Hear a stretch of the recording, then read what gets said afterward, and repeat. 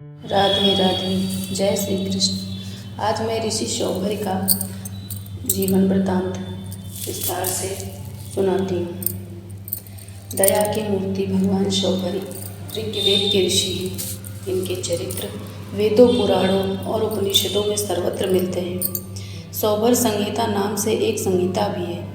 ये वृंदावन के निकट कालिंदी के तट पर रमणक नामक द्वीप में रहते थे, जो आजकल सुनरक नाम से प्रसिद्ध है। ये यमुना जी के जल में डूब कर हजारों वर्षों तक तपस्या करते रहे। एक बार मल्लाहों ने मछली पकड़ने के लिए जाल डाला। मछलियों के साथ जाल में ये स्वयं भी फंसकर चले आए। मल्लाहों ने समझा कोई बड़ा भारी मत्स्य फंस गया है।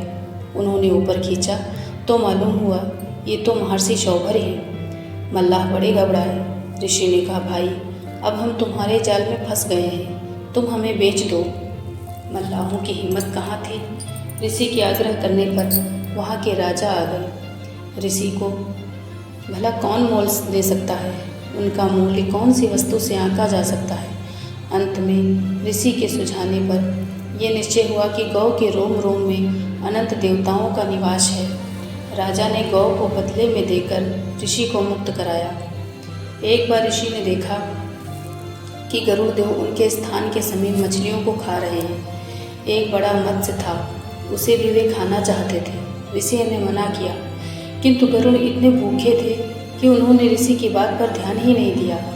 मत्स्य के बालक तड़पने लगे। महर्षि को बड़ी करुणा आई और उन्होंने गरुड़ को लक्ष्य करके शाप दिया कि आज से यदि गरुड़ यहाँ आकर किसी भी जीव को खाएगा तो उसकी मृत्यु उसी क्षण हो जाएगी। ये मैं सत्य सत्य कहता हूँ। उस दिन से उनके समीप समस्त स्थान हिंसा शून्य बन गया। वहाँ कोई भी जीव हिंसा नहीं कर सकता था। एक बार की बात है कि रमणक द्वीप के रहने वाले सर्पों ने सलाह दी कि गरुड़ हमारे समस्त परिवार का बड़ी निर्दयता से संहार करते हैं, अतः उनके पास बारी बारी से सर्प जाया करेंगे और उन्हें बलि दिया करेंगे।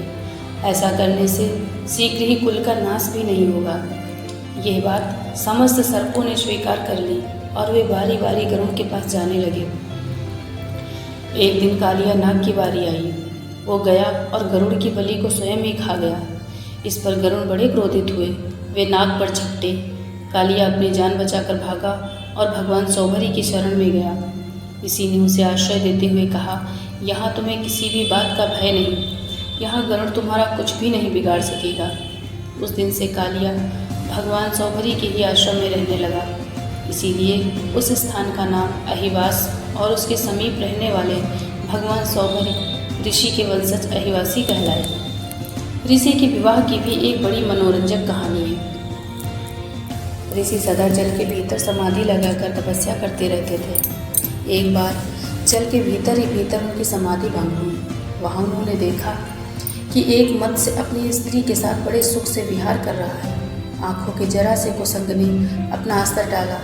उसी समय ऋषि के मन में संकल्प उठा कि देखो, ये जलचर जंतु होकर कैसा सुख भोग कर रहे हैं। हम तो मनुष्य का शरीर पाकर भी इस सुख से वंचित हैं। ये विचार आते ही ऋषि समाधि, प्राणायाम सब भूल गए। जल से बाहर निकले।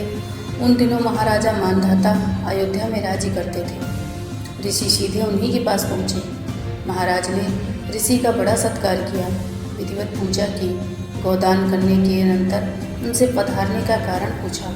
महर्षि ने कहा, राजन, मैं गृहस्थ सुख का उपभोग करना चाहता हूँ। तुम्हारे 50 कन्याएं हैं, इनमें से एक मुझे दे दो।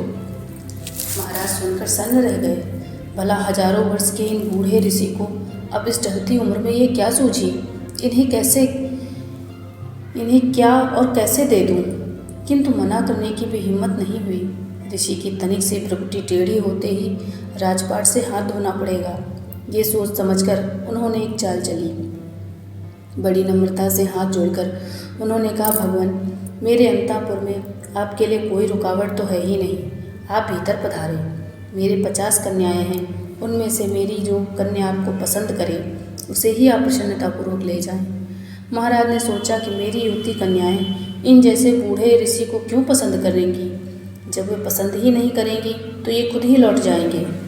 इस प्रकार सांप भी मर जाएगा और लाठी भी ना टूटेगी। मना करने पर मना अभी नहीं करना पड़ेगा और ऋषि भी नाराज नहीं होंगे। महर्षि तो थे सर्वज्ञ, उनसे भला क्या छिप सकता है। वे महाराज के भाव को ताड़ गए। महाराज के बल से, तपस्या के बल से वे नई सृष्टि रच सकते थे। उन्होंने झट से अपना रूप परम सुंदर युवावस्था संपन्न बना लिया। रनिवास में जाते ही 50 की 50 कन्याएं उन पर मुक्त हो गई। राजा को अब क्या आपत्ति थी, 50 कन्याएं ऋषि को अर्पण कर दी। उन सबको लेकर महर्षि अपने आश्रम पर आए। विश्वकर्मा को आज्ञा दी कि बहुत जल्दी 50 महल बने।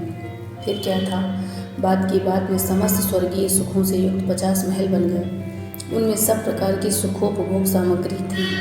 योग बल से 50 रूप बनाकर ऋषि उनके साथ गृहस्थ सुख का उपभोग करने लगे। प्रत्येक के 10-10 पुत्र हुए। उन पुत्रों के भी पुत्र हो गए। बड़ा परिवार होने से भांति भांति के झंझट, भांति भांति की नित्य नई उपाधियां होने लगी। अब तो ऋषि को होश आया, अरे ये मैंने क्या किया।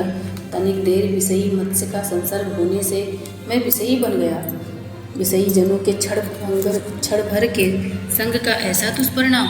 ये सोचते ही वे चिल्लाकर कहने लगे, अरे ये मेरा पतन तो देखो। मैं व्रत में तत्पर सच्चरित तपस्वी था। जल के भीतर मत्स्य प्रसंग को देखकर मैं इतने दिन के प्राप्त किए हुए अपने ब्रह्म तेज को विषय भोगों के पीछे खो बैठा। मुमुक्षु पुरुष को मैथुन में लगे हुए प्राणियों का साथ कभी न करना चाहिए।